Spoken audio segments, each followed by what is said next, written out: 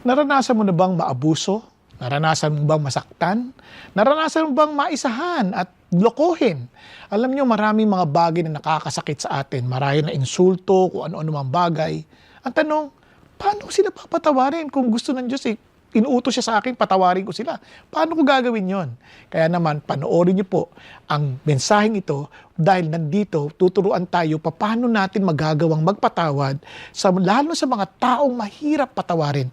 At sa totoo lang, maging ang ating sarili na nangangailangan din ng sarili nating pagpapatawad.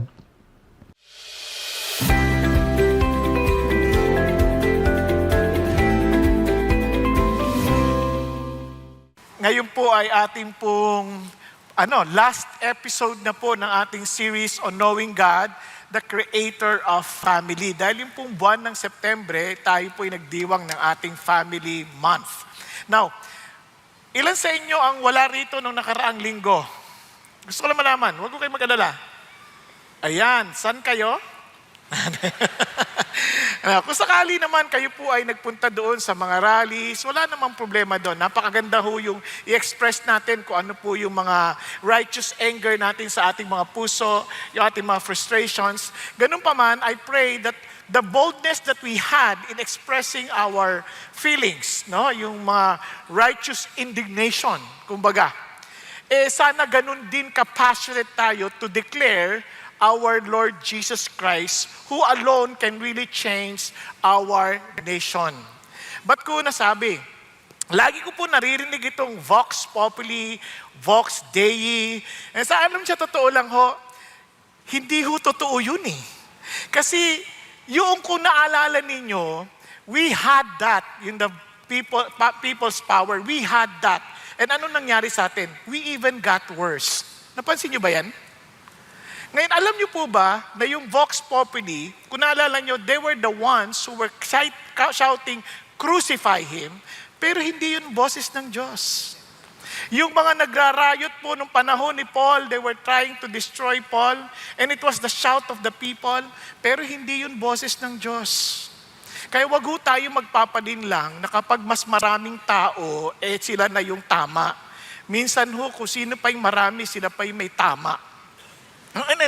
I hope na hindi nyo, para lang maintindihan ho natin. So, the only power that really much more powerful than the power of people, yung pong power ng Diyos. Kasi yung kapangyarihan ng Diyos, it changes our hearts. It transforms us into the likeness of His Son, Jesus Christ. Kaya naman po, lagi ho nating ipagsigawan that only Jesus can truly change lives. Amen? Kaya kung hindi natin experience yung kawawa naman tayo. Kaya nga, ang pag-asa ho ng bayan, tayo pong mga kumikilala kay Jesus Christ ay talagang tumayo ng maayos. Look at the challenge of God. If my people, hindi ho lahat my people will humble themselves and turn from their wicked ways. Napansin niyo po ba yun? Sinong hinahamon niya? God's people. He's not looking for everybody to repent. He was just first challenging God's people. And sabi niya, and pray. Diba? Ang importante yun Then I will hear their prayers and heal their land. At sa totoo, tayo rin po ang ilaw at asin ng sanlibutan. Kung yung ilaw, kukurap-kurap, tiyak, kurap talaga yung pamahalaan. Di ba? Kung yung ilaw, yung asin, matabang, contaminated na, mahihirapan ho tayong mapigilan ang kabulukan sa ating paligid. Nauunawaan po. Kaya kailangan ho talaga tayong bumalik sa gumawa sa atin upang magkaroon po ng kaayusan ang ating pong paligid. So, ngayon po, bago po magpatuloy, shoutout lang po sa mga kapatid natin sa Macau, at ganun din sa Hong Kong. Sabi nila, sumasabay po sila sa atin dito. Kaya praise God po, kawayan natin sila. At siyempre, kasama na rin ang mga kapatiran natin sa lahat ng lupalop ng Pilipinas at sa ibang bansa. Ngayon po, para maintindihan natin to, gusto ko muna kayong kwentuhan. Noon po, meron pong nabalita si Rob Drinkwater. Kakatuwa ang apelido niya, Drinkwater. Si Rob Drinkwater ng Western Star, nireport po niya ito noong 1970 pa, ng tagal-tagal na. Si Adrian Pierce, 17 taong gulang at that time, na taga Ontario, siya po ay estudyante ng St. George Henry Secondary School. At nung magpapasko po, ito po yung kanyang girlfriend, seryoso niya po ito talagang kasintahan. Kaya lang, excited po siya kasi magpapasko na eh. Parang ilang araw na lang, Pasko na. Di ba? Parang tayo ata, parang ganun eh, no? Malapit na eh. Di eto, excited na siya. Kanya lang, nung panahon na nagkita sila, nako, siya po ay binrake. Yung binrake up po yung relationship. Sobrang awit. Sobrang, hindi na naintindihan na matatanda yun kasi pang-aming salita ang mga bata yun eh. Di ba? Sobrang sakit ho nung kanyang naramdaman. No? Talagang iyak ho siya. Tapos, ang masama pa, nagbigay pa ng regalo. Di ba? Nung nagbigay ng regalo, di ba, inuwi naman niya. At nilagay niya na sa ilalim ng Christmas tree at hindi na binuksan. Lumipas ang maraming Christmas, hindi niya to binuksan.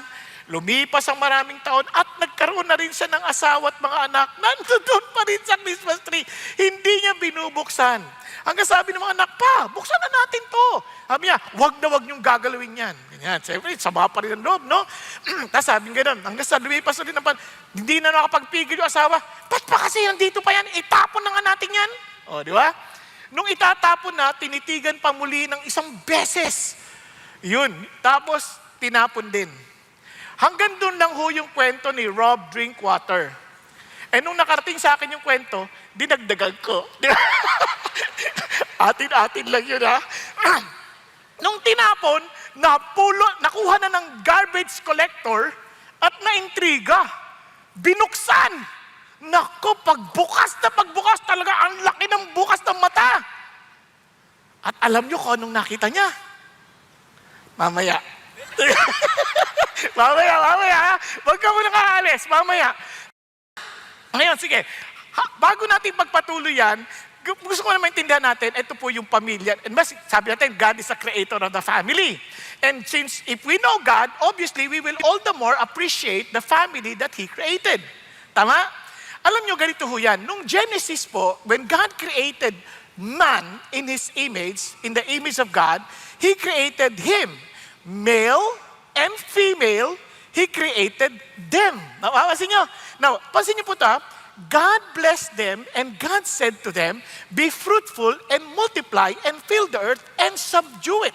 Ang heart ng Diyos, sabi niya, since they were created in the image of God, sabi niya, be fruitful and multiply. Eh bakit po ganun ang heart ng Diyos?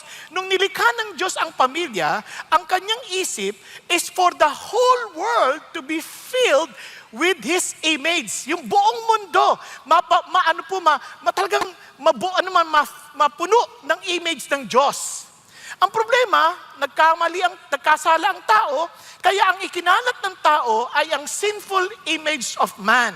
Sobrang makasarili, sobra po talagang pasaway, hiwalay sa kalooban ng Diyos. Kaya ang ginawa ng Diyos, siya po ang gumawa ng solusyon, ibinigay niya ang kanyang bugtong na anak na si Jesus, at nung inayos ni Jesus, idinil niya yung issue ng sin, binaligtad niya ngayon, sabi niya, go and make disciples of all nations. Napansin niyo ba yan? Sabi niya, baptize them in the name of the Father, the Son, and the Holy Spirit. Parang sinasabi niya, kung nung una, bago sila sumuway sa akin, I want them to become my followers and be brought back to the image of God. Gusto niya ibalik yon sa image ng Diyos. At ano yung image ng Diyos? Remember yung word na baptize, ito po ay pagpapalit kulay. Yun po ay proseso ng pagpapalit kulay, inilulubog yung tela o yung damit para palitan yung kulay.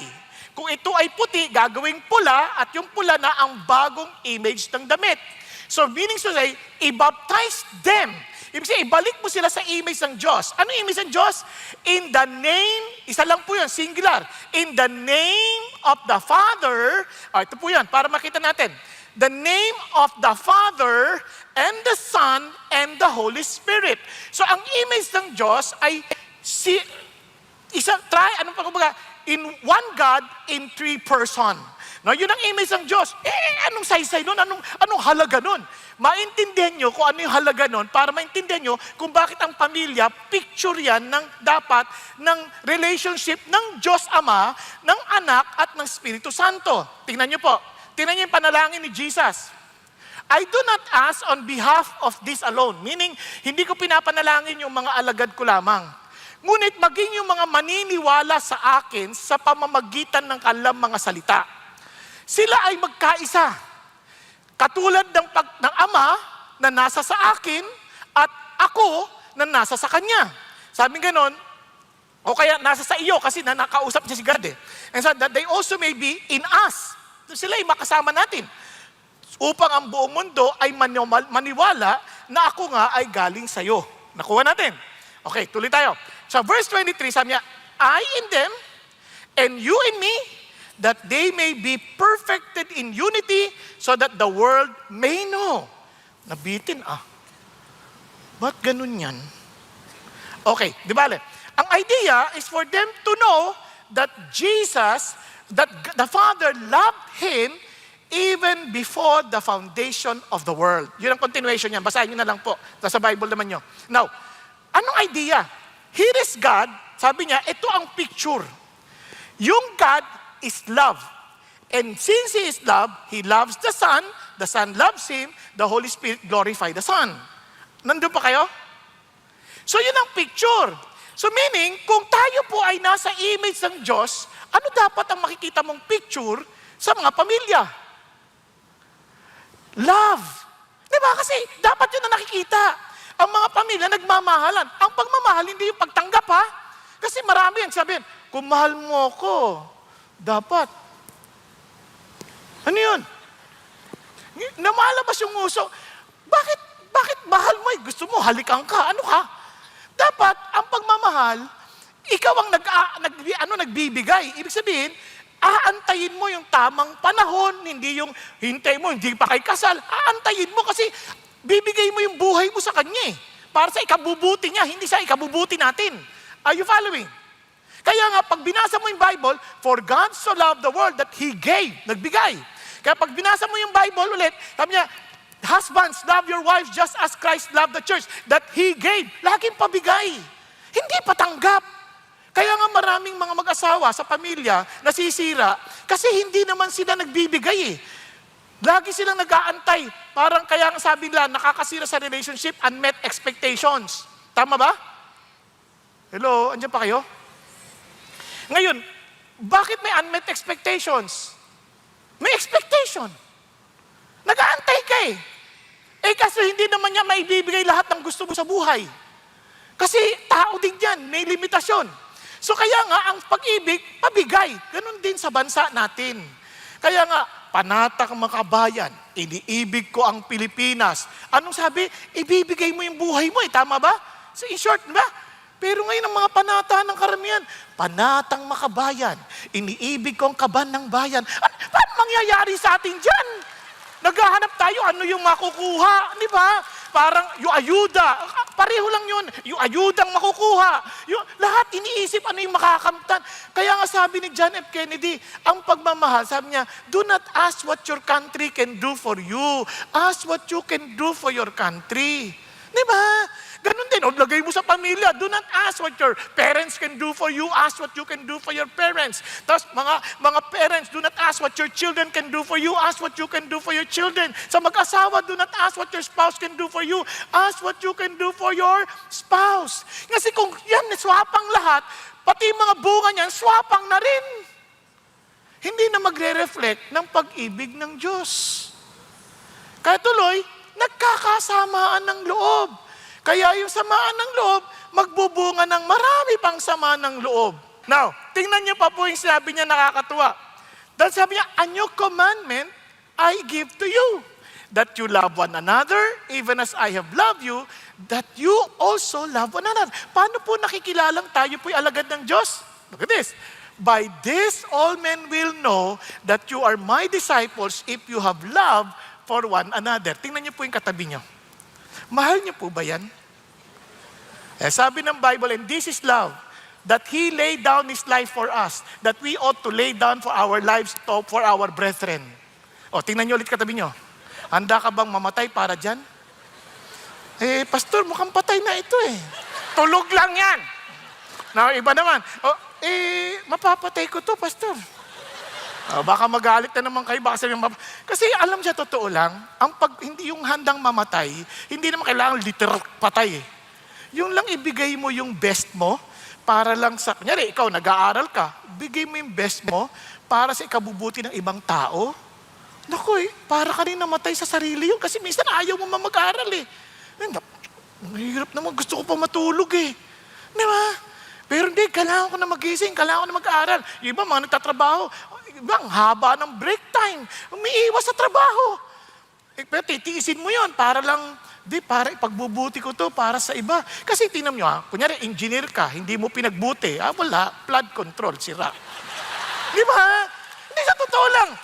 Kasi kung pinagbuti mo yun, checkin mo nang mabuti. Wala to sa standard, ayusin nyo to. Tapos hindi yung babayaran agad, tapos hindi naman patapos. Di ba? Ibig sabihin, merong hindi gumagawa ng kanyang trabaho. Yung iba naman, pipirma na lang. Sige, pirma na to, tapos na to, okay na. Hindi mo na chinek. Check mo naman. Kung mahal mo yung buong bayan at mahal mo yung mga kababayan mo, dapat chinek mo yan. Hindi ko tinitira sila. Sinasabi ko lang sa inyo mga napapanood natin. Kasi napapanood naman na natin di ba? Tinuturuan ko lang kayo kung bakit. Kasi nga ako sa mga tanungan. Alam siya sa totoo lang, parang tatanungan, kung talagang mahal niyo yung bayan, ang tanong dapat ganito. Bakit kailangan mo yung budget na to? O bakit kailangan nyo magpunta sa ibang bansa? Yan, anong tulong niya sa Pilipinas? Di ba? Basta masaya ako nakakapasyal, masaya ako magtrabaho, ganon. Di ba dapat kahit sa negosyo, kung ako nagtatrabaho, tinatanong ko, anong return of investment yan? Pero wala akong narinig na ganong tanong, di ba nakakaano yun? Bakit kaya ganon? Wala na ba talaga nagmamahal sa bayan? If this is my representative, then she should be asking the very question I have in my heart. Kaya tayo rin as Christians, wag na natin sila ituro, tayo na. What are we doing? Are we also giving our best in exercising our responsibility? Nakuha ninyo? Kaya lahat tayo, wag na nating magturan. Lahat tayo, hamon ng Diyos yun sa atin. Kaya nga, tayo mga Christians, we need to give our best. We are always trying our best to achieve the best service that we can possibly do for the glory of our God. Amen po? Kaya lahat yun, pinag-iisipan natin. Bakit? Kasi yun ang nais ng Diyos sa atin. And the last hurrah of Satan is to destroy our relationships. Kaya sinasabi niya, tingnan nyo, but realize this, that in the last days, difficult times will come. Kasi, men will be lovers of self. Wala na yung pagmamahal na galing sa Diyos, which is to give. Lovers of money, boastful, arrogant, revilers, disobedient to parents, ungrateful, unholy, unloving. Tingnan nyo, ayaw na makipag-ayos, irreconcilable, malicious gossips, without self-control, brutal, haters of good. Treacherous, reckless, conceited, lovers of pleasure rather than lovers of God, holding to a form of godliness although they have denied its power. Puro na ng ako. Puro ako. Kasi makasalanan tayong lahat. Makasarili tayong lahat. Naintindihan po? Now look at this. Friends, kaya wag tayo magturo sa iba. Ito yung last hurrah ni Satan. Kaya even among Christians, minsan hindi tayo nagbabatian. Pag nagkagalit-galit, wala na, galit-galit na. Hindi na nag-uusap. Kaya sabi niya, bakit? Godly, but they denied its power. And alam niyo ba ang the most powerful challenge, one of the most powerful challenges ng Christians, that the so-called godly people, na they deny the power of God? Alam niyo kung ano? Magpatawad. Ay, ba't gumagalaw yan? Forgiveness. Tingnan niyo na lang. If you forgive others for their transgressions, your Heavenly Father will also forgive you. But if you do not forgive others, then your Father will not forgive your transgressions. Isa sa palatandaan na alam mong ikaw ay napatawad na ni Jesus at ikaw ay may saving faith at alam mong meron kang relationship kay Jesus, it is your ability to forgive. From the heart. Paano yun? Paano ba yun? To some of us, maaaring sabihin natin, Oh, ako marunong ako. Dalawang klase kasi ang forgiveness. Forgiveness sa nakasakit sa atin at forgiveness ng ating sarili. Sa marami sa atin, hindi natin mapatawad sarili natin eh. Ayaw man natin ipahalata, pero madalas, yung ating relationship kay God naapektuhan ng ating pagtingin sa sarili na para bagang, hindi na ako gumawa ng tama. Kaya hindi mo rin mapatawad ang sarili. Nakakain ka ng iyong sariling natawag na guilt. Naunawaan po? Hello? Kaya yan ang atin ng pag-uusapan ngayon. Kaya kung babalikan natin po yung ating pong mga nakaraang mga messages, kung maalala nyo, if God is our Father, He revealed Himself as our Father, then live as God's child. Now, hindi lang yon. God is our Savior. He is a saving God. Kaya Jesus in every home, making sure that every part or every member of the family belongs to Jesus. At God is faithful, kaya naman, let's make sure that the faith we receive should be the same faith to be passed on. Kasi, ang nakakalungkot, baka iba yung naipasa natin sa natanggap natin. O kaya, mali yung natanggap natin, mali rin yung ipapasa natin. Kaya make sure that the saving faith that we receive is the true faith and it is the faith that is passed on. Are you following? Ngayon, balik na tayo doon sa box. Ay, nakalimutan niyo na? Kasi, nung binuksan, nako, nagulat siya. Meron palang figurine doon. At ang nakalagay, God is forgiving, choose forgiveness. Oh, di ba? So, tandaan nyo ha, God is forgiving, choose forgiveness. Akala ko kukunin niya yung regalo eh. Balik tayo dito. So, ano po bang ibig sabihin yan? Na para po lalo natin ma-appreciate, alam nyo kung bakit importante po yung idea ng forgiveness at mamaya maintindihan nyo kung bakit importante ito sa lahat sa atin. Sabi mo ni John MacArthur, not only is forgiveness the path to joy and satisfaction and fulfillment in the family, but the inability to forgive not only destroys relationships, it destroys the people who don't forgive. It is not only destructive of relationship, it is self-destructive. Kung mapapansin niyo kapag kayo napunta sa mga social media ngayon, minsan yung ibang mga digital creator nag-i-instill ng galit. Parang papakita na kagad.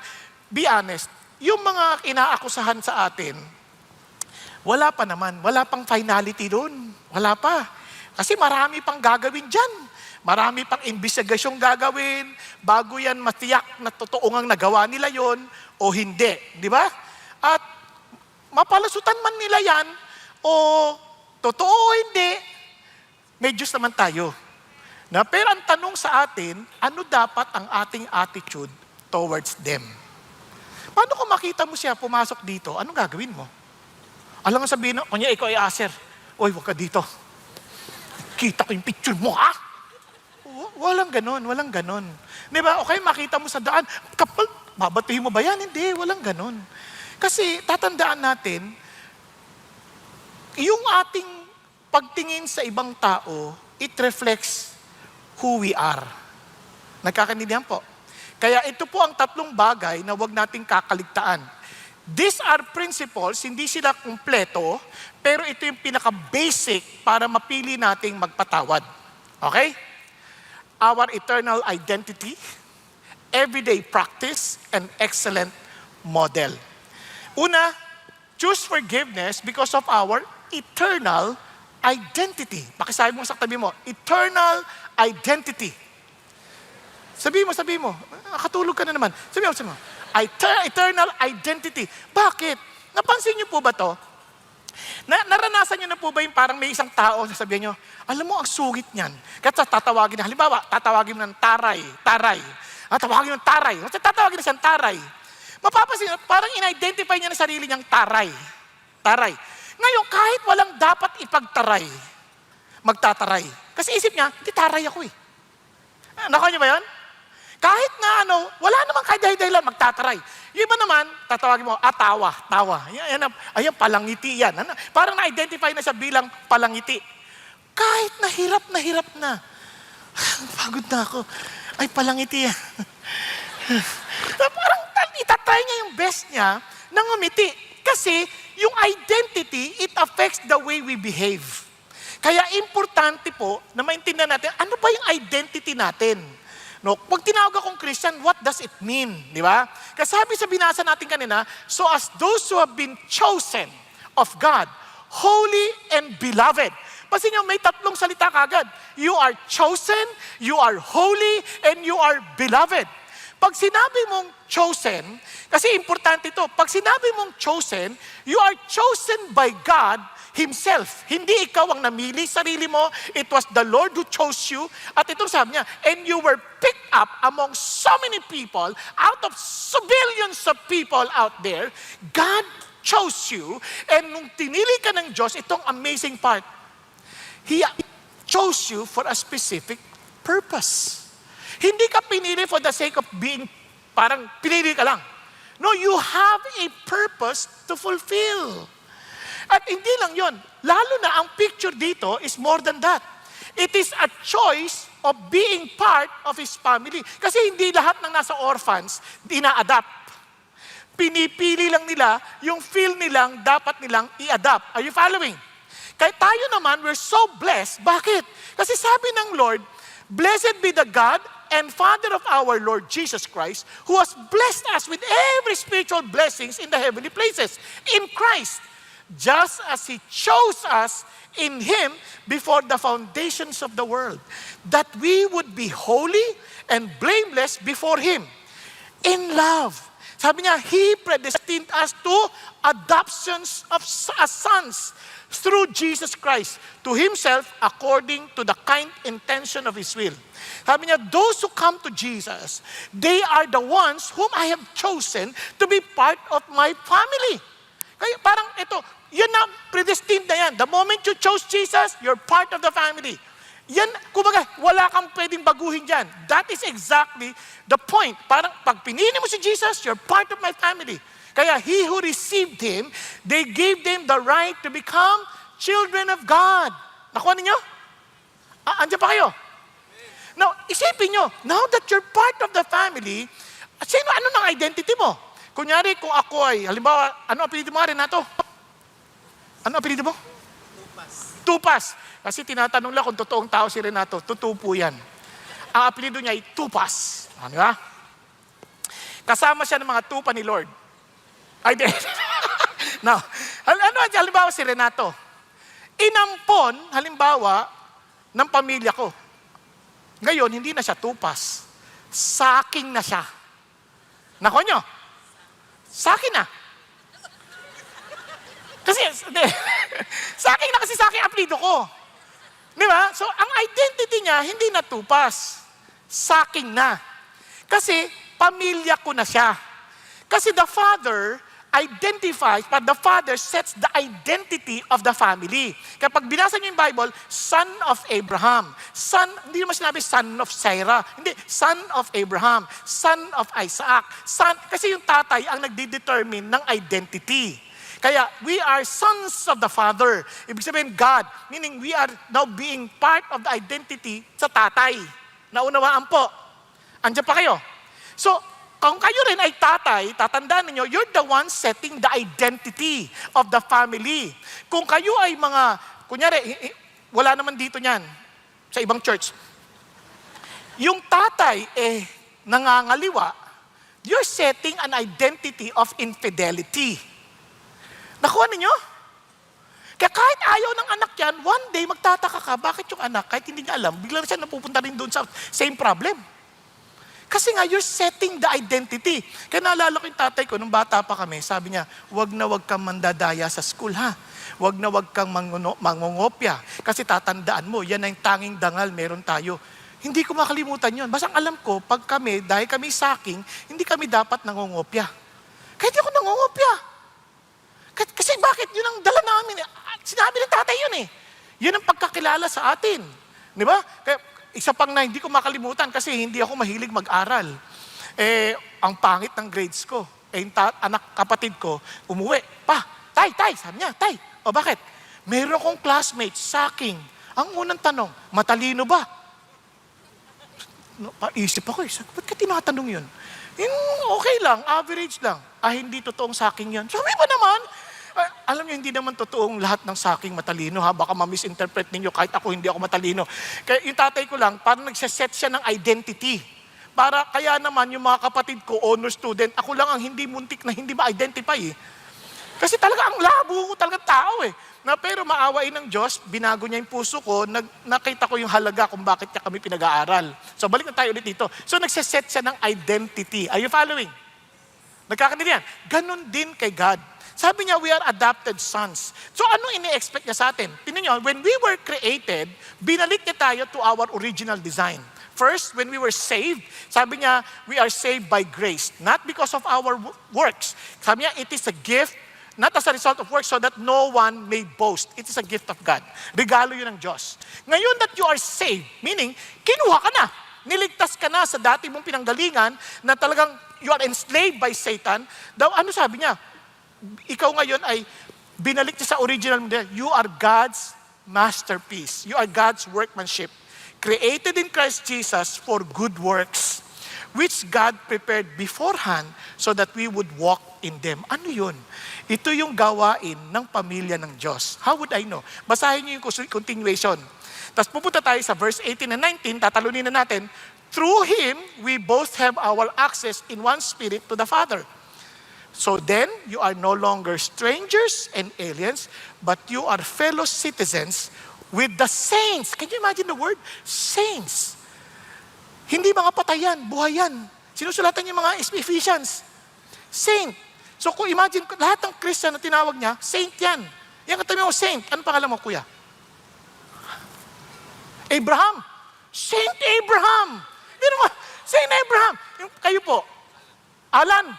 Saint Alan. So isipin nyo, ilagay nyo yung pangalan, Saint Alan. Pag-gising pa lang sa umaga, pagtingin mo sa salamin, Saint Alan. Lalabas ka ngayon. Si Saint Alan ay maglalakad papunta na sa opisina. Si Saint Alan magtatrabaho na. Ano kayang klaseng pagtatrabaho ang gagawin ni Saint Alan? Pag-isipan nyo. Ano kayang klaseng buhay? Hindi yung Saint Gerard, hindi. Wag ganon, wag ganon. Kailangan, gawin mo yung responsibility mo. Di ba? Hindi yung papangalanan mo yung sarili mong ganoon, tapos hindi naman lumalabas yung katibayan. Kasi may katibayan yun eh. Kaya nga yung sasabing Lord, tingnan nyo ha, and are of God's household. Bahagi ka na ng pamilya. So meaning, whatever you do outside, your family is affected. The whole name of your family is affected. Kaya yung Christians, pansin nyo, pag sinabi nyo, ako Christian ako, tapos ito ginawa niya, nadadamay lahat. Pero anong tugon natin? Hindi natin kukondinahin. Tutulungan nating makabangon at madala hanggang sa dulo. Hindi ko makalimutan yung sinabi ni Josh McDowell. Nung tinanong siya sa hypothetically ng kanyang anak, Pa, what if I tell you that I got pregnant out of wedlock? Sa kabila ng pagiging niyang author, sa kabila ng pagiging niyang sikat na pastor, missionary, evangelist, Pa, what will you do? Sabi niya kagad sa anak niya, Anak, remember this. People will no longer invite me. They might no longer buy my books. I will lose my job. But remember this, I will forget everything and I will first prioritize you in making sure that I will bring you along to the finish line. Yan ang Christian love. We don't put down people. Kung ginagamit natin yung mga salitang diretsuhan para lang mag-set ng example, para magdumiin sa atin, it is not to condemn. But to really understand sa ating bahagi, what should we do? If we are identified with them, we are to help them and bring them to the finish line. Are you following? Okay tayo? Pakisabi sa katabi mo, kahit anong mangyari, sasamahan kita. Tulog ka man ngayon, gigisingin kita para makatapos tayo hanggang alas 6. Ay, hindi, joke lang. Okay, nagkakaintindihan. We're family. Now look at this. Tingnan nyo. Even Paul, inulit niya sa Galatians yan. For then, while we have opportunity, let us good to all people, especially to those who are of the household of the faith. Alam nyo, narinig nyo laging blood is thicker than water. Yung ating relationship as Christians is thicker than water. Bakit? Because the very blood that makes us one family is the blood of Jesus that was shed on Calvary. Nagkakaintindihan? Kaya we are to protect whatever we do. Mahal mo yung kapatid mo, Lord, I will not allow your name to be tainted at masira yung kapatid ko because of me. Kaya yun din ang prayer ko sa aking sarili, Lord, tulungan niyo, huwag akong gagawa ng anumang bagay na ikahihiya ng pangalan mo. Kasi marami na ako nagawa in the past na nakakahiya. Pero ngayon, Lord, you have given me another chance. Please, wag mo na akong pahintulutan gumawa ng anumang bagay na ikahihiya ninyo at ikakahiya ng pangalan nyo at the same time ng mga kapatid ko sa buhay. Nagkakaintindihan? But just in case, let's still work together and finish the race together. Yan ang Christian life. Kaya alam niyo, minsan nakakalungkot, no? Sabi na Christians are the only family that shoots their own wounded soldiers. Binabanatan natin sarili nating mga kapatid na sugatan. Pakisabi sa katabi mo, pag nasugatan ka, huwag ka mag-alala. Didiinan ko. Para hindi na magdugo. Okay, Ben? Para hindi na magdugo. Now, let's look at beyond all this. Sabi nga naman, balik tayo sa Colossians. Put on love, which is the perfect bond of unity. So ano pang ginawa niya? Sabi niya, hindi ka lang basta chosen, you are holy. Amazing, holy. Well, ano ibig sabihin ng holy? Alam niyo, yung holy means you are set apart. You are set apart for Him, for His purpose. Parang dedicated. Halimbawa, yung upuan na yon, blanco. Wala ba kayong katabi? May mga nakatayo sa likod, may upuan pa dito, oh. Kasi nag-volunteer. Halimbawa, ni-reserve, ayan, na-dedicated na yan kay Connie. Kung di kasi Connie, huwag ka upo dyan. Tama? Yun yung sinasabi. Kaya, pag dinedicate mo na yung buhay mo, anything that's not for God, hindi ka dyan. Kaya, yung sinabi mong, para kay God ka. Yun yung ibig sabihin ng holy. Now, ito pang amazing part dyan. Kung siya yung tatay natin, yung holy, it also connotes perfection. So ano ibig sabihin? You have heard that it was said, you shall love your neighbor and hate your enemy. But I say to your enemies and pray for those who persecute you. Sabi niya, I say, love your enemies and pray for those who persecute you, so that you may be sons of your Father who is in heaven. For He causes His sun to rise on the evil and the good and sends rain on the righteous and the unrighteous. Grabe, di ba? Sabi niya, tapos ito pang dinuktong niya. For if you love those who love you, what reward do you have? Do not even the tax collectors do the same? Di ba yung mga makasalanan, ganun naman ang ginagawa nila. Kahit sinong ordinaryong tao, yung bumabati sa kanila, babatiin lang din nila. Tama? Eh sabi niya, if you greet only your brothers, what more are you doing than others? Do not even the Gentiles do the same? Kunyari lang, tayo, marami dito, sabi natin, oh, we are one family. Pero hindi tayo lahat magkakilala. Pagdating sa labas, may bumati sa'yo. Hindi ka binati. Anong gagawin mo? Oh, hindi ko na rin siya babatiin. Bahala siya. Ganun ba yun? Sabi niya, if you greet only those who greet you, pareho lang yun. Normal lang yun. Talagang ganun lang. But you are not the same. You are holy. Kaya, you greet even those who don't greet you. Okay ba yan? Ginreet nyo ba kanina yung mga ushers? Ginreet kayo, di ba? Napansin nyo, nagre-reklamo, hindi daw kayo nag-greet back? Hindi naman lahat. Kunti lang naman yung hindi. Di ba? Ganon din tayo, magbati. Diba? Yun lang. Alam nyo ba, ang laking tulong, ngiti lang, ang laking tulong. Yung down na tao, biglang may ngumiti sa kanya. Uy, nakakagaan ng loob. Tama? Kaya yung bagay na yung pagbati, ano ba? Kaya sabi ng Bible, bakit natin gagawin yun? Therefore, you are to be perfect as your heavenly Father is perfect. At lalo na secured tayo because we are not only holy, we are beloved. We are so loved. Kasi sabi ng Panginoon, how great the love a Father has bestowed on us that we would be called children of God. So anong identity natin? We are children of God. At kung children of God, we are chosen, we are holy, and we are beloved.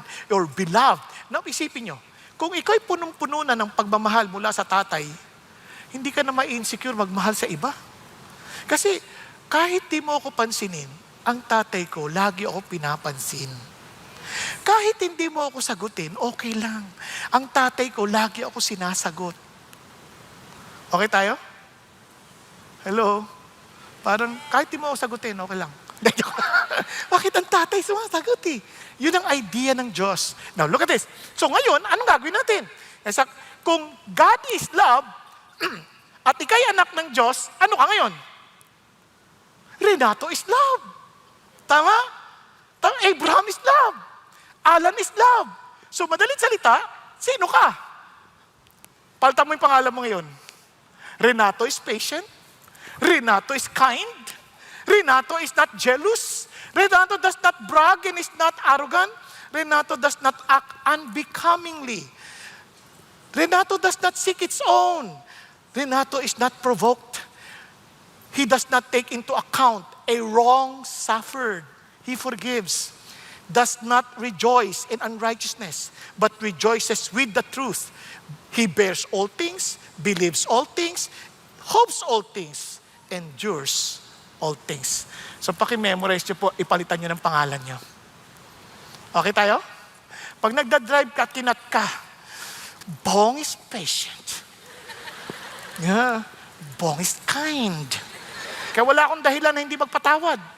Because Bong is love. Tama? Nagkakaintindihan? Kapag yung anak mo, ang kulit-kulit nasa grocery, nagkakalat lahat. Bigla mong banggitin, Albert is kind. Naku naintindihan na natin? O kaya wag yung gano'n, pag nag-aaway kayo mag-asawa, tapos babanggitin mo yung pangalan ng asawa mo. Charlie is kind. Yung pangalan mo, wag yung pangalan ng asawa o ng anak, pangalan natin. Okay ba? Kaya, napaka-importante nun. Now, pangalawa, our everyday practice. Siyempre, alam nyo, hindi madali yun kasi lagi na, araw-araw natin gagawin yan. Tingnan mo sabi niya, our everyday practice, sabi nga na, put on a heart of compassion, kindness, humility, gentleness, patience, bearing with one another, and forgiving each other. Now, ano napansin po ninyo? Yung word na put on, parang isusuot mo. Sabi niya, put on the heart. Pag sinabi mo the heart, ibig sabihin, hindi yung sapilitan. Hindi yung parang, di ba naalala niyo nung bata tayo? O anak, yan ang damit mo. Ano yan? Bakit? Kasi naalala ko nung bata ako, ang uso noon, bell bottom Ewan ko, nabot nyo yun. Yung bell bottom, takip yung paa, saka alligator shoes ang tawag, yung matataas. Ganyan. Ngayon, nung papantalon na ako, sabi ng tatay ko, paliitan mo lang yung yung pantalon ko, punta ka sa tito mo, yung tito mo, magaling magsastre yun. Ang sapatos niya, baston. Yung talagang nakadiretso, walang sapatos, papasok mo ganyan. Yung shoot, kung hindi mo masushoot. Isipin mo, nung napaliitan na, sinuot ko ngayon. Bata pa ako nun. Sinuot ko ngayon, kitang-kita yung sapatos ko. Tapos sabi nga gano'n, ay, ang gwapo mo, sabi nung tatay, ang gwapo Ikaw, kasi bata ka, parang nagre-reklamo sa puso mo. Kaya pagpasok sa school, lahat hindi mo makita yung sapatos, ikaw lutang na lutang. Adidas Smart, kulay orange. Lutang na lutang. Kaya alien ang dating, di ba? Kaya during the flag ceremony, habang kinakata, ang pakiramdam mo, yung flag nasa paa mo Kasi lahat titingnan ang ganyan, no? Di ba? Parang ang hirap ng pakiramdam. So, yun, wala kang saya doon. Ito, sinasabi niya, put on a heart. Ibig sabihin, with joy, with such delight, nagagawin mo to. With such delight, susutin mo to. Pero para ma-enjoy mo yan, kailangan, hubarin mo muna yung pangit na damit, yung mga pangit na hindi bagay sa'yo. Hubarin mo muna yung bagay na damit na hindi nakakabuti sa'yo. Kaya nga, mapapansin ninyo, bago sinabi yan, sa unang verses, itong sabi, but now you also put them all aside. Put them all aside. Anger, wrath, malice, slander, abusive speech from your mouth. Do not lie to one another since you laid aside the old self with its evil practice. Lahat yan, tabi mo na. Paano mo gagawin? Ito pa, buti na, hindi pa tapos. And put on the new self. Kasi may bago ka ng pagkatao. He is being renewed to a true knowledge according to the image of the one who created him. Meaning, you have to always remind yourself of your new identity, tapos i-meditate mo. Kasi new knowledge renewed knowledge of the one who created you. Sino yan? Di ba remember, the Word, in the beginning was the Word, and the Word was with God, and the Word was God, and everything existed because of Him? Naalala nyo? It was Him who created us. It is the Word. Talaga, yun yung sinasabi si Jesus who became human. Kaya naman, we are to meditate the very word that revealed Him. Na lagi mo ni-meditate para sa ganun, set aside yung galit, yung malice, yung slander, anything na nakakasama sa'yo, matatanggal. Alam nyo ba kung napaka-importante niyan? Sasample lang kayo, ha? Sino ba ditong pwedeng magamit Ikaw na lang nga, kuya. Halika rito. Umakit ka nga dito sa taas. Ayan. Papakita ko lang sa inyo kung paano ka-importante yung ating iniisip. Kasi alam nyo, may pag-aaral na kapag mayroong mga grupo ng mga kabataan, inaral nila, sasabihin na sa tubig lahat ng mga bagay na masasama. Tapos, ito namang kakabila, lahat ng mabubuti, sasabihin na sa tubig. Nung finraise nila, surprisingly, chaotic yung structure ng tubig dito. Dito sa kabila, maayos. Ito, halimbawa iyan. Ganyan mo yung kamay mo. Ganyan mo yung kamay mo. Ha? Ganyan ha? Isipin mo, gwapo ka. Gwapo ako. Mabait ako. Mabait ang mga magulang ko. Mabait ang mga kaibigan ko. Pinagpala ako ng Diyos. Isipin mo lahat yun. Talagang sobrang blessed ako. Hallelujah. Tingnan nyo. Ang tigas. Ang hirap ibaba. O ito, isipin mo. Pangit ako. Wala akong kwentang tao. Isipin mo. Wala akong kwentang tao. Talagang sobrang, wala akong kinabukasan. Napakasama akong tao. O, tingnan mo pa. Wala ka energy. Ano, hindi mo pinigilan? Oh, bakit? Wala. Hindi mo na alam, no? Bakit, no? Kasi huwag ka mag-alala, hindi totoo yung mga pinagsasabi natin huli, ha? Ang totoo yung una. Salamat, Ian, ha? Napansin niyo, walang pagbabago doon sa pagganyan ko. Inuna ko na nga yung magaganda para hindi siya ready, di ba? Ngayon, ready na siya dapat. Pero biglang bagsak na lang. Kasi nga, pag malaging masamang iniisip natin, lalo kung meron tayong unforgiveness, minsan kung sino pa yung nagmamahal sa atin, masasaktan din natin. Wala tayong ka-energy. Nakuha ninyo? Okay tayo dyan, ha? Kaya nga, nung mga pinag-aralan lang, ito sinare ni Pastor Marty kagabi. Tuwan-tuwa ako. Yung impact ng reading the Bible, yung nagme-meditate. Yung feeling lonely, nagda-drop ng 30%. Yung mga laging galit, yung mga anger issues, nagda-drop ng 32%. Yung mga laging may sama ng loob sa mga relationship, nagda-drop ng 40%. Yung mga nag-alcoholic, nagba-drop ng 57%.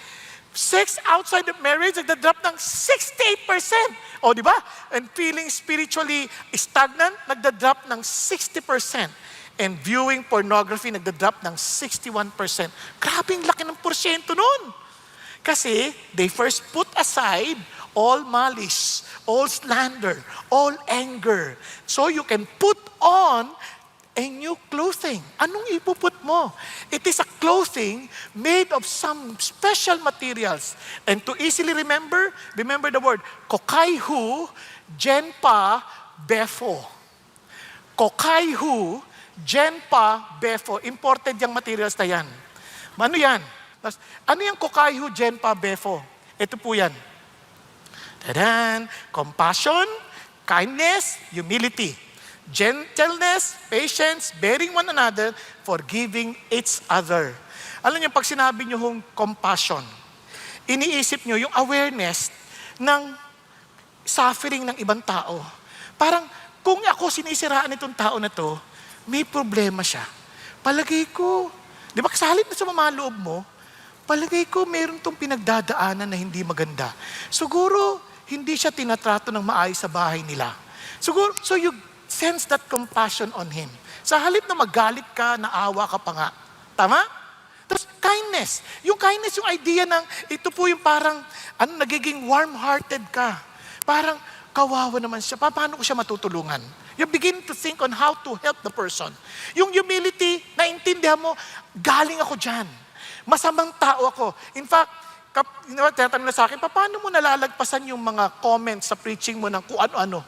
Una, hindi ko siya binabasa. Kasi I did not preach to impress people. I don't even care if they hated me, kasi even if it's unsettling. Why? Because I did it as long as I knew that I did it for my God's glory. Kasi iba-ibang preferences ng tao. Some they may like it, some may not. Sabi, paano hindi sila maliligtas? The Lord alone can save, not me. But some are being saved. I don't know why. Because only by the Lord. Nakukuha ninyo. Ang mahalaga, you know what you are doing. Nagkakadinihan? We cannot please everyone. Kaya, crucial yung, hindi ako doon tumitimbak. Ang iniisip ko lagi, teka muna, galing ako dyan. Mas masama pa ako dyan. Pag sinabi siya, mayabang ka eh. Oo nga eh. Sa totoo lang, sobrang yabang ako. Niligtas ako ni Jesus. Swapang ka eh. Naku, sobrang swapang ako. Niligtas ako ni Jesus. Walang niya ka. Naku, totoo yan. Ako yan. At masahol pa ako dyan. Niligtas ako ni Jesus. Nakuha ninyo? Remember where we came from. The old dress that we removed from us. Meron tayo niyan. Magagalitin? Sobrang magagalitin ako. Kung alam nyo lang, nananakit ako ng kapwa ko. Kasi maliit akong tao, may tinatawag na small man syndrome. Nagpapakasiga-siga kasi maliit. Nakuha ninyo? Nambabato, kasi wala ka namang panlaban, di bang bato ko na lang? Sabay takbo. Bakit? Masamang tao. Pero praise God, niligtas ako ng Diyos. Kaya pagpasok ng gentleness, it is a mild manner. Kasi sabi nga ng Bible sa Philippians, kung naalala niyo, let your gentleness be made known to all men. The Lord is near. Naalala niyo Philippians 4:5? Bakit yun? Kasi lagi mo naisip, I need not to be rude on this person. Bakit? Kasama ko si Lord. Kasama ko si Lord. Alam niyo kung gaano kahalaga yan? O imagine niyo, galit ka sa asawa mo. O kasi anak mo na lang. Ano ka ba? Sinasabi ko sa'yo mag-ingat ka! Dumaan si Pastor Peter. Di ba sabi sa'yo mag-ingat ka? Hi, Pastor Peter. Ingat ka. Ikaw naman eh. Bigla ka nagiging gentle eh. Tama? Bigla ka nagiging mild manner. Kasi bakit? Kasi mayroong isang taong, imagine mo si God yung kasama mo. Di ba? Paano nakakayaan mo? Nagsisigaw-sigaw ka dyan. Kasama mo si Lord. Nakuha ninyo? Kaya sabi ng Panginoon, di lang yun. Be patient. Ano yung patient? Long suffering. Diba, parang tinitiis mo yun kasi alam ko magbabago to. Alam ko magbabago to by the grace of God. And bearing one another. Willingness to carry the burden with them. And finally, forgiving each other. Being gracious towards these people as God is gracious to us. Kaya ho, mas madali nyo maaalala, compassion, kindness, humility, gentleness, patience, di ba? Befo, bearing one another, forgive each other. Okay po? Kokaihu, genpa, befo. Nagkakaintindihan? Now, let's continue. Anong sinabi pa ng Diyos? Look at this. Alam nyo, pag tayo po ay bilang Christians, we are really inviting persecutions, whether we like it or not. Kaya iinsultuhin tayo, sasaktan tayo, marami tayong ma-experience kung ano-ano. Kaya sabi niya, indeed, all who desire to live godly in Christ Jesus will be persecuted. And it's expected. Hindi lang yun. Blessed are those who have been persecuted for the sake of righteousness. For theirs is the kingdom. Kaya pag mayroong nanginsulto sa'yo, may umatake sa'yo, sa halip na magalit ka, choose forgiveness. Bakit? My reward is great in heaven. As long as you're not doing it para lang mang-asar. Hindi, you're doing it because you're driving a point. Nakuha? And you're doing it for the name of Jesus. Kaya sabi ng Panginoon Diyos, wow, Lord, I will rejoice. Kaya kahit anong gawin nila, because you knew. Kaya naman, madali ka magpatawad. Yung iba naman, anong ibig sabihin magpatawad? Sobrang sukdulan ng sama ng ginawa niya. Now, remember this. Forgiveness is not ignoring or excusing the behavior. Forgiveness is not condoning the action. Hindi mo pinababayaan mo yung action. Hindi ganon. It is not eliminating the consequences. Talagang may consequence. Ano magagawa mo? Whatever they sow, they will also reap. The same thing with us. Di ba? Immediate process. Minsan sasabihin mo, Lord, nahirapan ako eh. Normal lang. Minsan pinoprocess mo ng matagal. Minsan it takes a lot of prayers para lang matulungan ka ng Diyos. Kasi hindi automatic. Nagkakatiyan. Kaya huwag ka ma-discourage sa parang hindi agad na biglang nawala. But you have to make a decision eventually. Then, and about the offender. Kasi pakiramdam ko, kasi hindi naman siya nagre-repent eh. It's not about him. It's about you. Ikaw magpapatawad. Hindi naman siya eh. You cannot control him, but you can control yourself. Tama ba? Andiyan pa kayo? Kaya naman, ano yung forgiveness? It's a choice. You have to make a choice to forgive. You have to recognize wrongdoings. Na mali yun, kaya I choose to forgive. Letting go of revenge. Kumbaga, hindi ka gagawa ng anong bagay para maghiganti o para maging vindictive. Kundi para tulungan siya sa kanyang ikabubuti. Kung kailangan siya disiplinahin mo. Para sa kanyang ikabubuti. Hindi para sirain siya. It's for your personal freedom. Kasi the moment you forgive, napapalaya ka. Hindi mo ba napansin? Yung pag nagtatanim ka sa sama ng loob, di ka makatulog. Tapos yung kinasasama mo ng loob, tulog na. Yung asawa mo, galit ka sa kanya, tapos tulog. Gumaganon pa. Kasi ikaw yung nabibihag. Tapos ito pa, independent of trust. Hindi naman sinasabi, ibalik mo yung trust, yung tiwala mo sa Kanya. Pinatatawad na kita, kanyari nangutang, hindi nagbayad. Oh, pinatatawad na kita, pero hindi kita pauutangin ulit. Di ba? Hanggang di ka nagbabayad. Tama ba? Kasi you have to regain the trust. Now, ano ba? Acknowledgement of consequences. Kailangan, hindi ina-acknowledge mo pa rin yung consequence ng kanyang ginawa. Katulad ng ginawa ng asawa ni Charlie Kirk. I forgive the offender. Pero hindi ibig sabihin, laya na siya. Ibig sabihin, tapos na. Hindi. He had to acknowledge that there is a consequence. Okay po ba yun? At saka hindi na against her. It is against the people of the United States of America. Kaya naman, blessing ang magpatawad. Blessing. Kasi, may joy of pleasing God. May privilege of displaying Christ-likeness. At meron tayong peace of mind and heart. At gumalakas ang ating mga pangatawan. Nakita natin kay Tom. Yung stronger relationship natin sa mga kapwa-tao. Kasi if we are hurt, we will hurt even those who love us. Yung pag meron tayong sama ng loob, yung mga nagmamahal sa atin, masasaktan pa natin eh. Bakit? Hindi natin nambasihin ang effect. Kaya may reliance tayo ultimately on God's justice. Lord, kayo na to.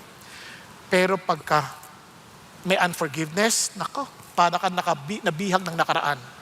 Ikaw ay laging anxious, minsan depressed, madami mong sakit, minsan dry ka spiritually, tapos may hindrance ang blessing and answered prayers, and of course, you're trying to take justice into your own hands.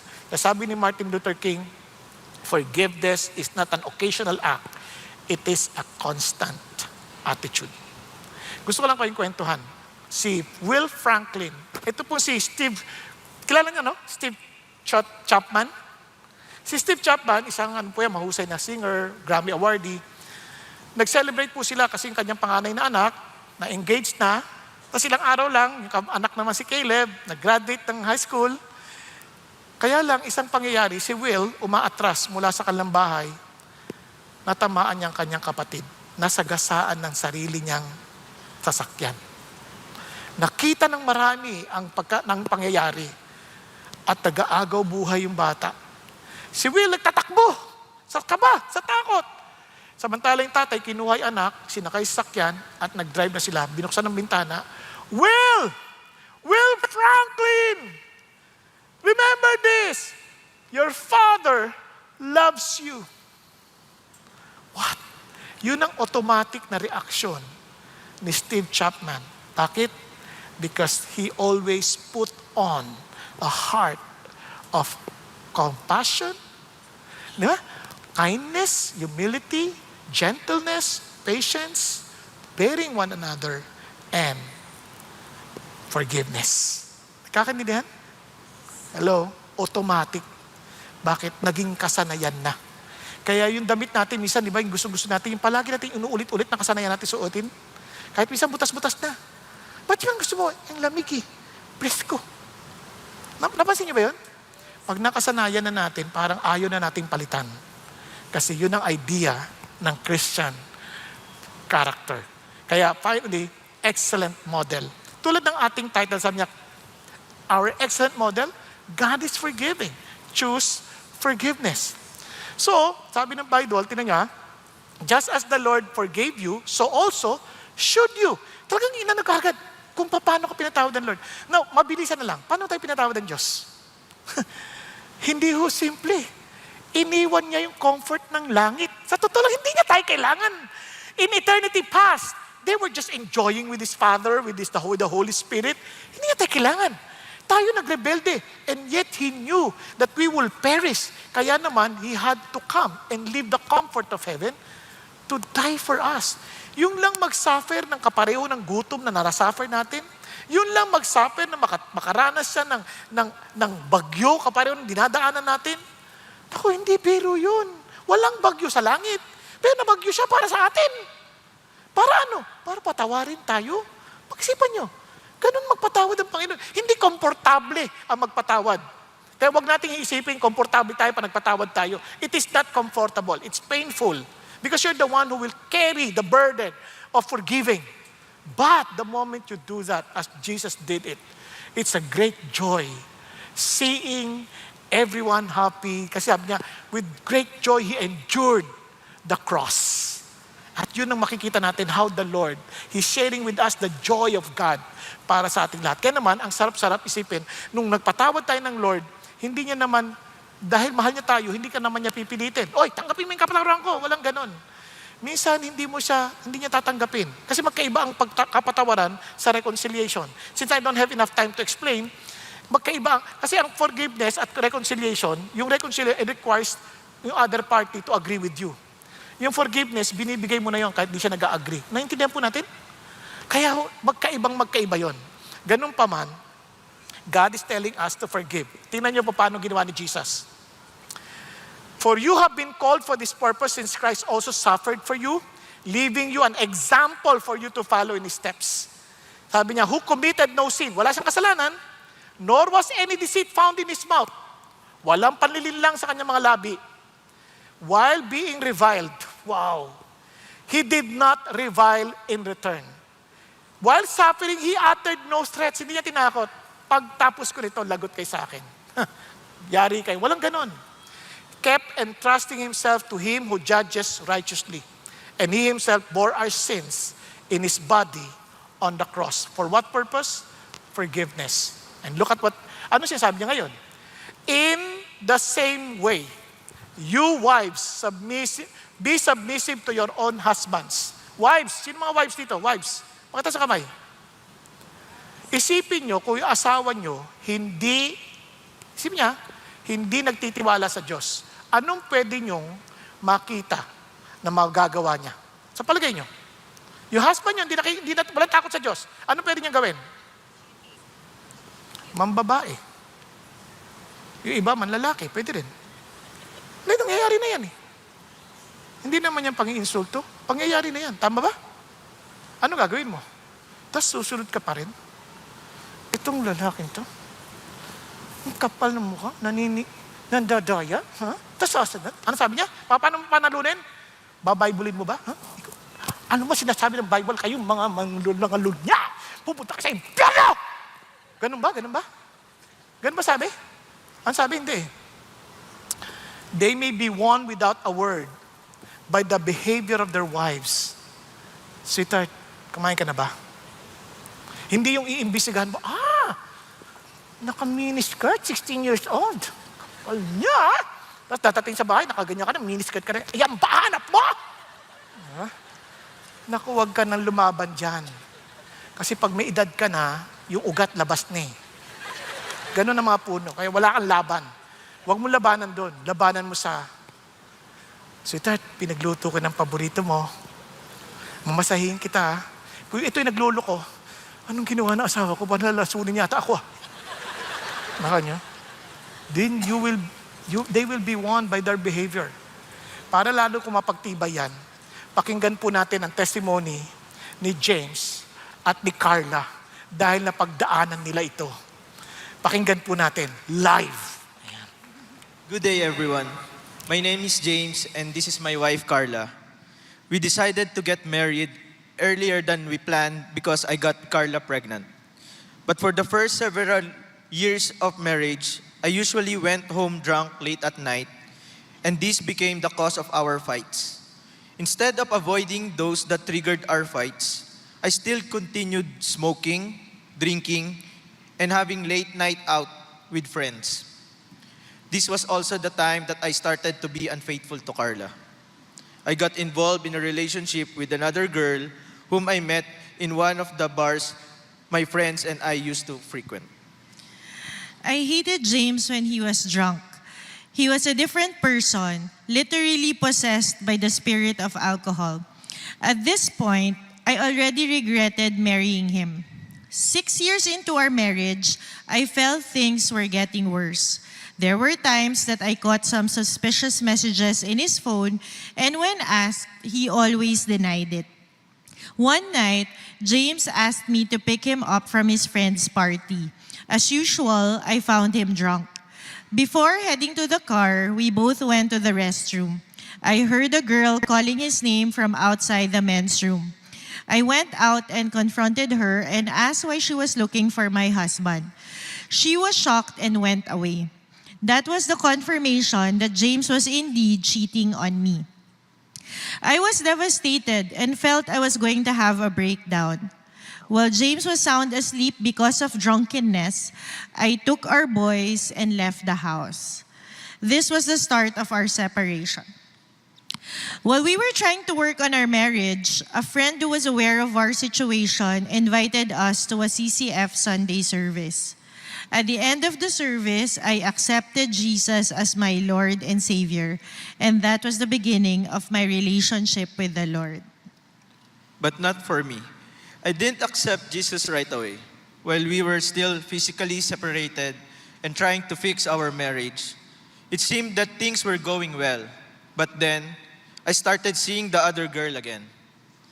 One morning, on my way to work, I decided to drop by our house where James was staying.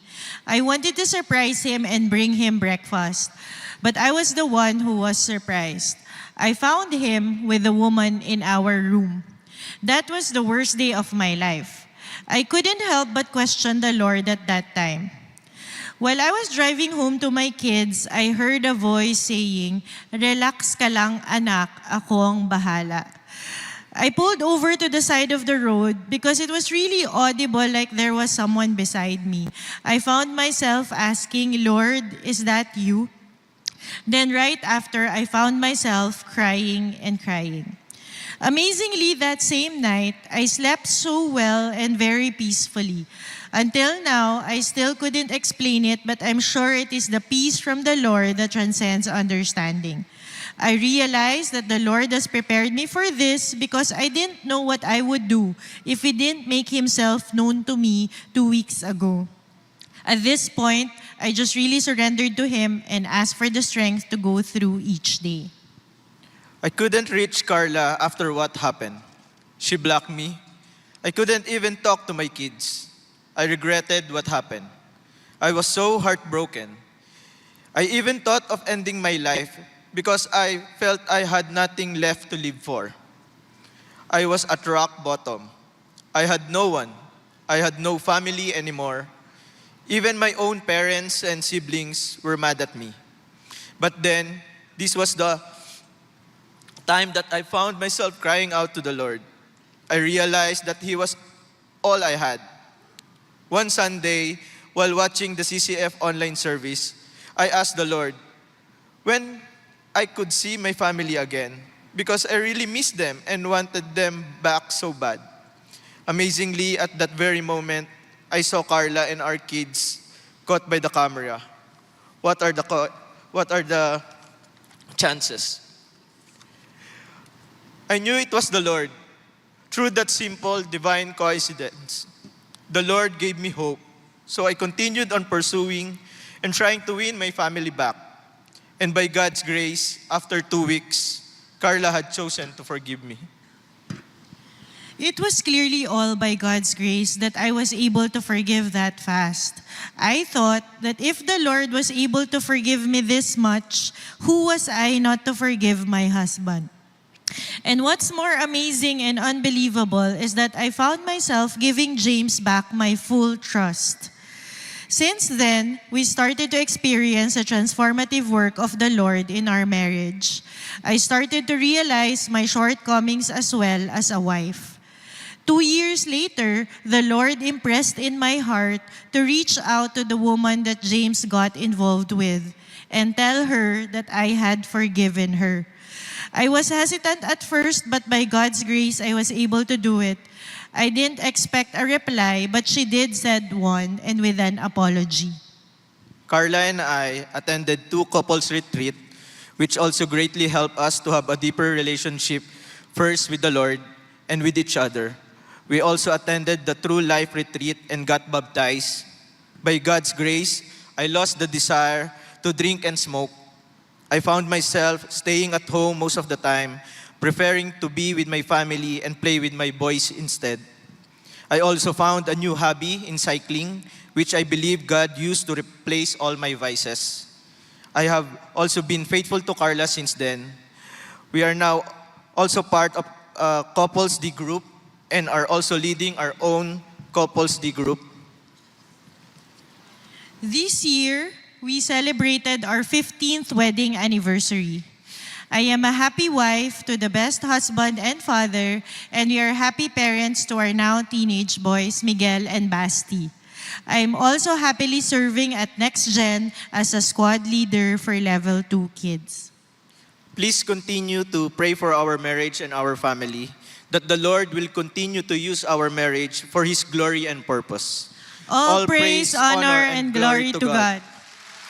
Oh, you see, minsan di mo alam mo, susunod ka sa Diyos, huwag mong awayin, pero ang Diyos kikilos. Amen po. Alam niyo, hindi natapos doon ha.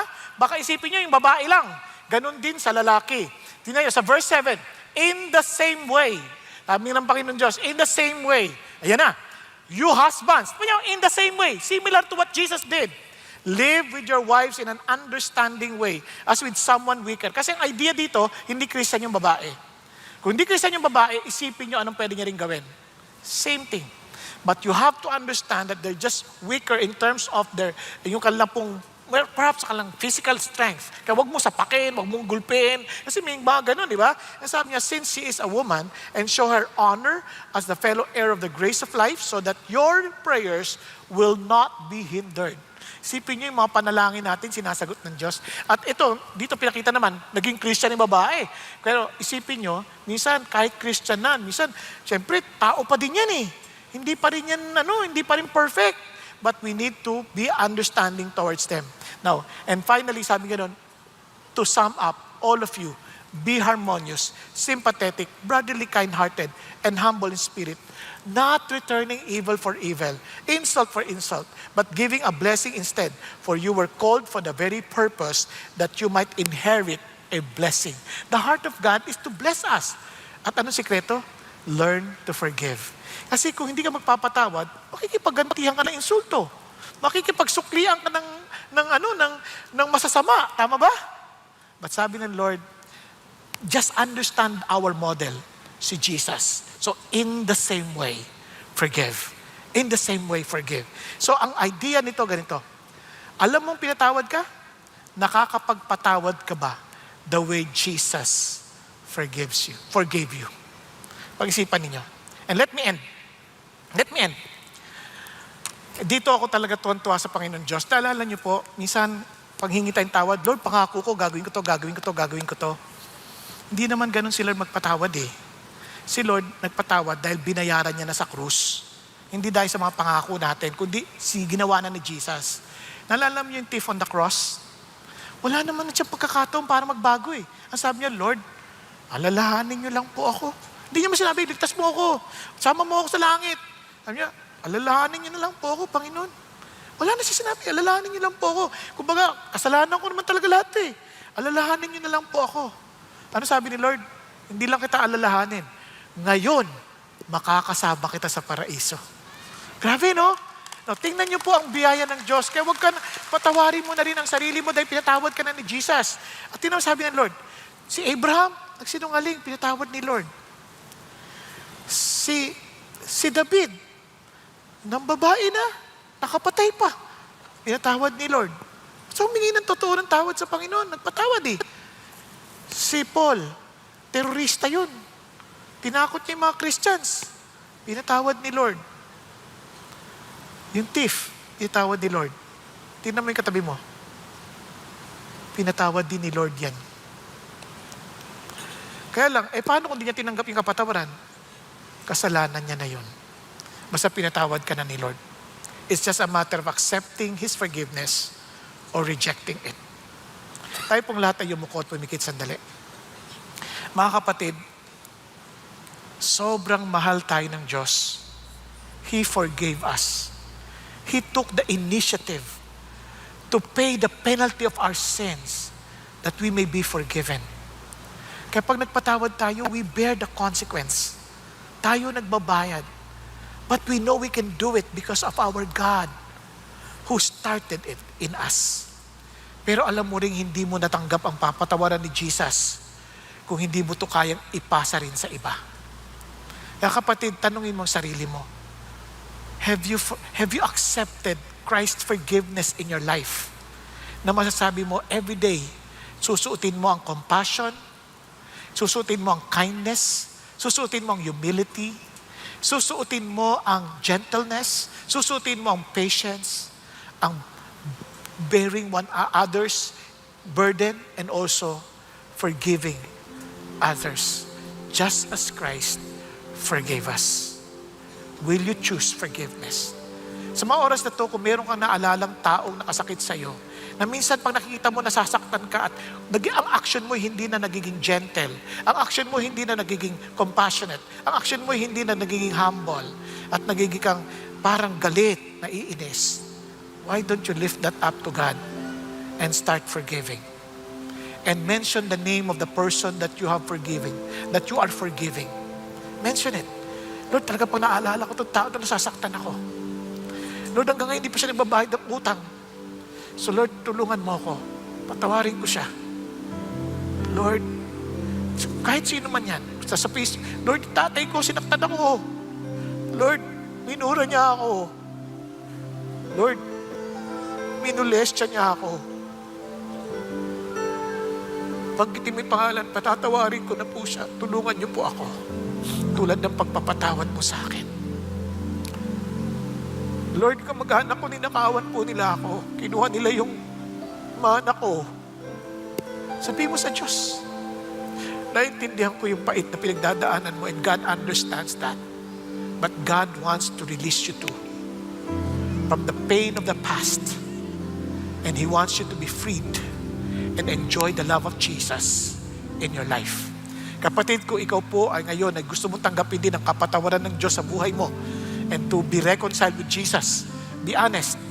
Taas mo kamay mo, magpakumbaba ka. Lord, gusto ko po makipag-ayos sa iyo. And Lord, tinatanggap ko ang kapatawaran mo. Yes, huwag ka mahiya. Yes, hallelujah. Thank you, Jesus. Yes, hallelujah. Thank you, Jesus.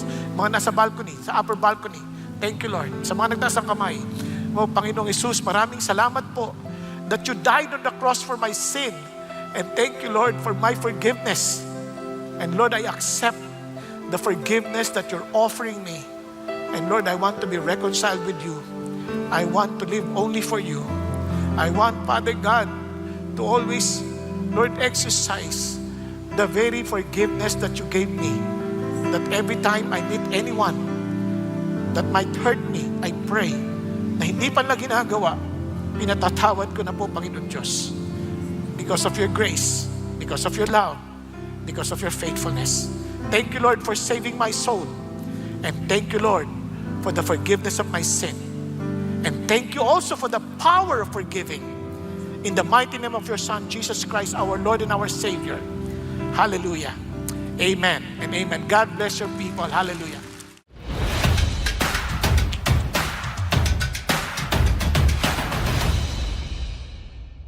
Magandang araw, CCF family. Welcome to CCF Sunday Fast Track. We ask real-life questions and we give you biblical truths. Ako po si Patrick Estacio mula sa Big Singles Ministry at kasama po natin ang ating speaker na si Pastor Bong Saking upang sagutin ang ating mga katanungan.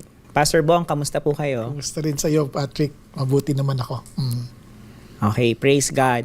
Sa ating unang katanungan, sa sakit ng sugat mula sa isang magulang na nanakit, ng abuso o ng iwan, paano makakahanap ng daan tungo sa kapatawaran ng isang anak? Ayan. Alam mo, hindi natin inaalis yung katotohanan na nasaktan tayo. Hindi natin inaalis ang katotohanan na yung mga pait na naranasan natin ay totoo. Ganun pa man, kung naintindihan natin yung sinabi ng Diyos na ang lahat ng bagay ay gagawin niyang mabuti para sa mga nagmamahal sa Kanya at lumalakad ayon sa Kanyang kalooban, yung pananakit at mga karanasan na mapapait ay pwede ring gamitin ng Diyos ito para sa ikauunlad at ikabubuti mo. Katulad ni Jose, si Joseph, yun naman ang abuso ng mga kapatid. Di ba? Isipin mo, binenta. Tapos, hindi lang siya binenta, talagang hindi sila naging mabuti sa kanya pag kinakausap. At talagang mapait ang pinagdaanan ni Joseph kasi naging katulong na dating paborito ng tatay. Tapos, napagbintangan pa, nakulong. Pero ang lahat ng yan, isip niya, sabi niya, ang Diyos ang nagdala sa akin dito para iligtas ang maraming buhay. So minsan, yung mga mapapait na karanasan ay pwedeng gamitin ng Diyos para sa ikabubuti ng iba na ikaw ang kakasangkapanin. Kaya He can turn the mess into a message, a test into a testimony, a scar into a star. Kaya napakahalaga, lapit ka sa Diyos. Kasi, lahat tayo masasama, nakakagawa tayo ng bagay na hindi mabuti. Pero sa Diyos, kahit yung hindi mabuti, gagawin niyang mabuti para sa atin. Maraming salamat, Pastor Bong. Para sa ating ikalawang katanungan na medyo timely, Pastor Bong, paano natin mababalanse ang pagpapatawad sa kapwa at ang paghangad ng katarungan kung nahaharap ang sambayanan sa galit dulot ng pagnanakaw at katiwalian? At paano natin maisasabuhay ang kapatawaran? Ayan. Alam mo, hindi masamang magalit sa kasalanan. Mali ang kanilang ginawa, magagalit tayo sa kanilang ginagawa. Kasi ang epekto nun, kawawa ang mga biktima, ang mga taong nasasaktan, nahihirapan. Totoo yun. Ngayon, paano natin mapapatawad? Ang pagpapatawad ay inire-release na natin sa puso natin yung kanilang mga masamang ginawa. Ngayon, kung sakaling dadali natin yung hustisya, hindi para maghiganti. Hindi para sila ay maging vindictive. Dinadala natin ang hustisya dahil para matutunan nila at matutunan ng marami pa ang mga bagay na mali na hindi dapat tularan at hindi dapat ipagpatuloy gawin. So yun ang bagay na pagkakaiba. Kasi pwede mo silang parusahan na dahil sa galit mo upang magiganti. Ngunit pwede silang parusahan na dahil lang sa pagmamahal mo rin sa kapwa mo at kaya ka naman dinalagay sila sa tama nilang kalalagyan. Alright, maraming salamat, Pastor Bong, sa magandang at balancing pagsagot niyo po sa ating pangalawang katanungan. Para sa ikahuling katanungan, Pastor Bong, kapag ang pagkakamali ay hindi isang beses lang nangyari, kundi isang paulit-ulit na pattern, halimbawa, narcissistic na ugali, pagnanakaw o pagsisinungaling, posible pa rin ba ang kapatawaran? Ayan. Sa Bible, kung maaalala nyo sa Luke 17, kapag ang kapatid mo ay nagkasala ng 7 beses. Pero 7 beses na lumapit sa'yo para humingi ng tawad, sabi niya, patawarin mo. Iisipin mo kung magkasama tayo ng 8 oras, bawat oras nagkakamali ka, hingi ka ng tawad. Paano kung hindi naman humingi ng tawad? Kaya ang idea, pinatatawad na kita, kailan tutulungan kita ngayon, maiayos ka. I need to rebuke you, kaya open rebuke is better than hidden love. Ngayon, kung kinakailangan kita ng didisiplinahin kita. Kasi sa Bible, dinidisiplina rin. Katulad nung lalaki sa Corinthians chapter 5, na kung saan merong immoralidad na hindi mo makikita maging sa mga hindi Christians. And yet, he was disciplined. And sa sa 2 Corinthians, doon ay pinatawad na siya kasi nagsisi na siya sa kanyang kasalanan. So, may disiplina. Kasi kung mahal natin yung kapatid natin, tutulungan natin lumakad ayon sa kalooban ng Diyos. Indeed, Pastor Bong, discipline is a form of love as well. Yes. Alright. Maraming salamat, Pastor Bong, sa inyong pagsagot po sa aming mga katanungan. And that's it for CCF Sunday Fast Track. God bless everyone.